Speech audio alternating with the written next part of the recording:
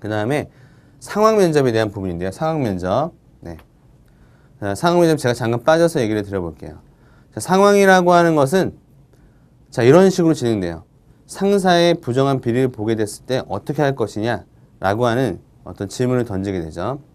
자, 그러면은 사람들 입장에서는 뭐 어떻게 답변하겠다 이렇게 얘기가 나오겠죠. 그렇죠? 그러면 상사를 설득하겠다라고 했는데 상사가 설득이 안 되면 어떻게 할 거니? 그리고 상사를 어떻게 설득할 거니? 이렇게 물어보는 꼬리 질문이 있어. 그 다음에 너가 그럼 비리를 알리게 되면 너 사내에서 왕따 당할 수 있는데 괜찮아? 뭐 이렇게 꼬리 질문하고 원래 그렇게 융통성이 없는 편이니? 이렇게 해서 나는 약간 압박하면서 꼬리 질문하는 거 형태가 이제 상업 면접의 유형이에요.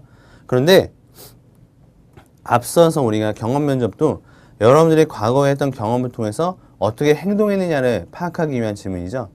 상황도 앞으로 일어날 이러할 상황에 대해서 너는 어떻게 행동할 거니를 물어보는 것이기 때문에 결과적으로 NCS 면접은 행동을 평가하는 면접이다 이렇게 보시면 돼요. 행동평가.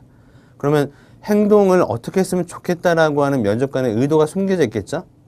그것이 앞서 제가 말했던 그 경험에 대한 키워드들이에요. 그리고 이런 그 상황에 대한 질문들도 분명한 키워드가 있어요. 알겠죠? 이럴 때 어떻게 답변하고 어떻게 얘기해야만 그 회사에서 좋아한다 라고 하는 어떤 방향성이 있기 때문에 그것들을 여러분들이 인지하고 가시면 충분히 어떠한 상황이 나와도 다 대비가 가능하다는 거죠. 자, 예를 들어서 상사의 비리를 보게 되면 어떻게 할 거냐 이런 질문을 받았다고 칩시다. 그렇죠? 여러분들 어떻게 할 것 같아요? 비리 보게 되면 먼저 상사 그 비리가 정확한지 아닌지를 확인해 보겠습니다.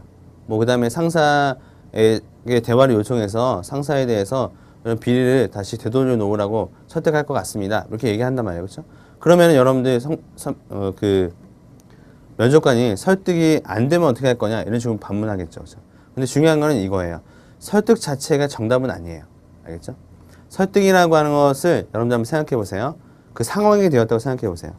내가 상사가 한 30억 정도 비리 저지른 거 봤어요. 그래서 가가지고 상사님 제가 이렇게 봤습니다. 그래서 빨리 돌려놓으세요. 이렇게 했어요. 그럼 상사가 뭐라고 하겠습니까? 내가 한 15억 정도 줄게. 조용히 해줄래? 라고 하면 여러분들 어떻게 응대하실 것 같아요? 아, 그럼 상사님 절대 걸리면 안 됩니다. 이렇게 돼요. 알겠죠? 왜냐? 잠깐만 눈 감으면 15억 정도 받는 거니까요. 사람 마음이 그렇습니다. 그리고 중요한 것은 설득이 되었다고 해도 문제예요. 설득이 되면 그럼 비리가 없어지는 건가요? 아니잖아요. 자기네들끼리 이게 꿍짝꿍짝 해가지고 비리가 없던 걸로 해버리는 그런 어떤 상황이 발생할 수 있기 때문에 설득 자체가 답이 되지 않는다라고 하는 겁니다. 그럼 내가 상사의 비리를 이렇게 고발하는 게 맞다고 생각합니다. 이렇게 얘기하면 또 면접관이 그럼 상사에 고발하게 되면 내부 고발자가 되고 왕따 당할 수도 있어. 그래도 괜찮아? 이렇게 물어볼 수 있다는 거죠. 그렇죠? 그럼 뭐 여러분들 어떻게 얘기하겠어요? 네, 뭐 괜찮아요. 뭐 지금도 왕따예요. 뭐 이렇게 얘기할 수 있겠죠.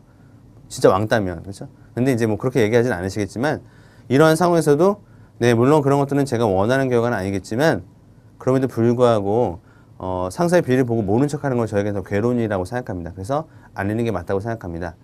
이렇게 얘기하면 너 되게 융통성 없는 애구나. 사회생활 하다 보면 융통성도 필요해.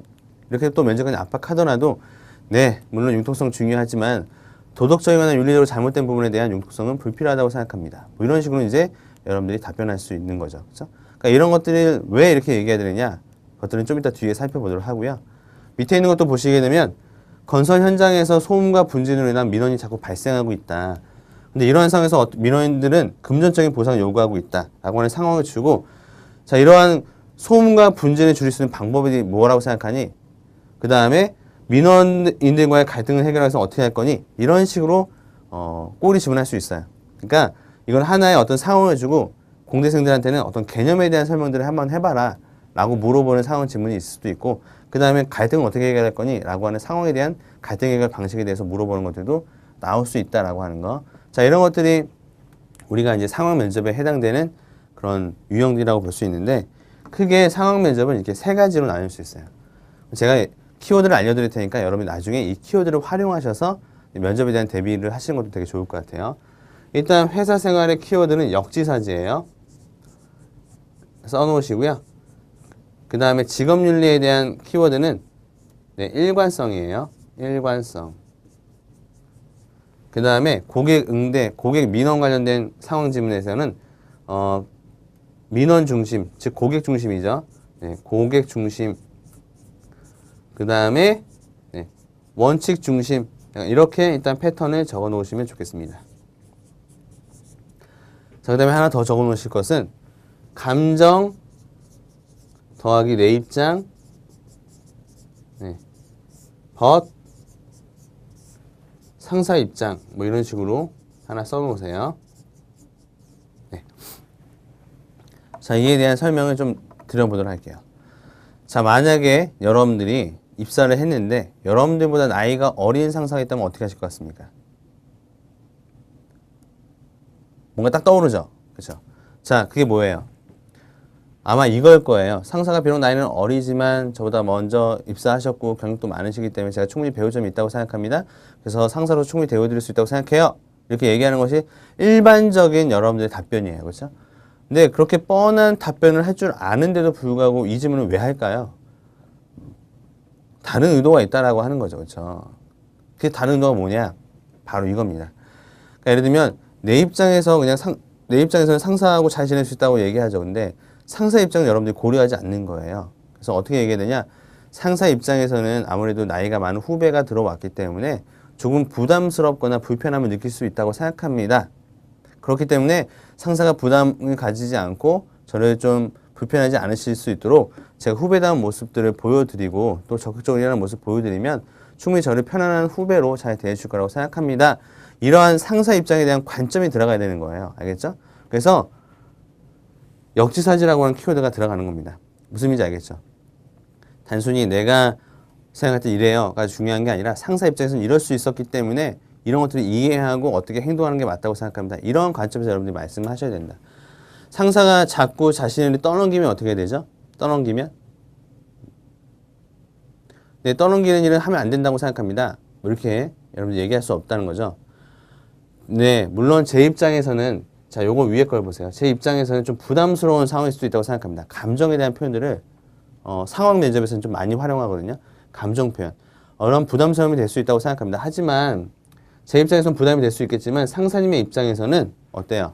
상사님 입장에서는 제가 한번 이 일을 한번 해봤으면 좋겠다. 또는 업무에 도움이 되기 때문에 이런 일을 한번 해봐라 라고 하는 차원에서 저에게 일을 맡겨보시는 걸 수도 있기 때문에 그러한 관점으로 생각해 본다면 충분히 상사의 그 업무도 제가 할 수 있다고 생각하고 있습니다. 하지만 그런 것이 좀 부담스럽거나 어려움이 느껴진다 생각이 된다면 그런 면에서 상사님과 대화를 통해서 조율해 나갈 수 있도록 하겠습니다.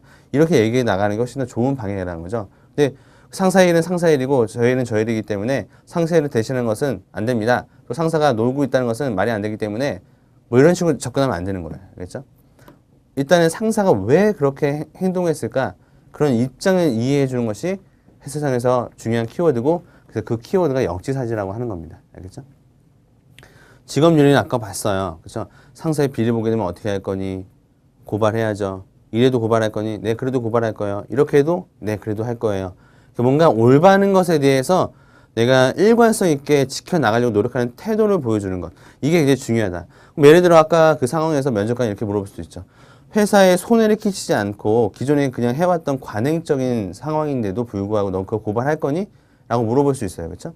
그럼 어떻게 대답해야 돼요? 아, 그러면 안 해야 되겠죠? 이렇게 예외를 두면 안 된다는 거죠. 어쨌든 비리라고 하는 것 자체는 잘못된 행동이기 때문에 당장의 이익을 가져올 수 있겠지만 장기적인 관점에서는 네, 더 나쁜 상황, 더 안 좋은 손해로 돌아올 수 있다는 것을 감안해 본다면 당연히 그것들도 점차 개선해 나가는 방향이 맞다고 생각합니다. 이렇게 얘기하는 게 일관적인 태도라고 하는 거예요. 자, 여러분들 한적한 시골길에 차를 몰고 가고 있는데 주변에 아무도 없어요. 그렇죠? 어떻게 해야 돼요?